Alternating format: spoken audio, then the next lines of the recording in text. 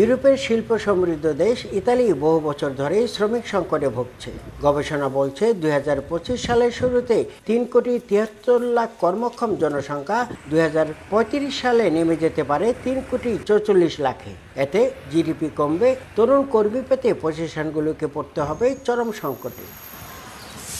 Chartered global investment analyst CGEA জানায়, বিদেশি শ্রমিকের উপর নির্ভরতা বাড়ালেও এই সংকট সহজে কাটবে না। ফলে উৎপাদনশীলতা কমে যাওয়ার পাশাপাশি জাতীয় অর্থনীতিতে পড়বে স্থবিরতা।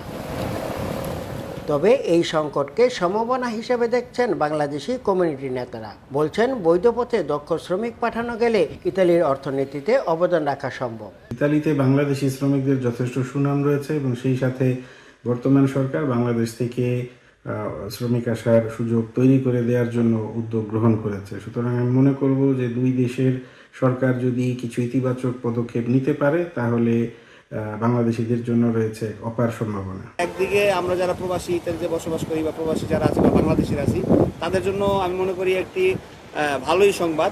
এর কারণ হচ্ছে যেহেতু এই দেশে জনসংখ্যা কমবে, যাদের কর্মক্ষম আছে, তাহলে দেখা যাবে যে ওরা বহির্বিশ্ব থেকে অবশ্যই কর্মজীবিকার মানুষ আনার ব্যবস্থা নেবে।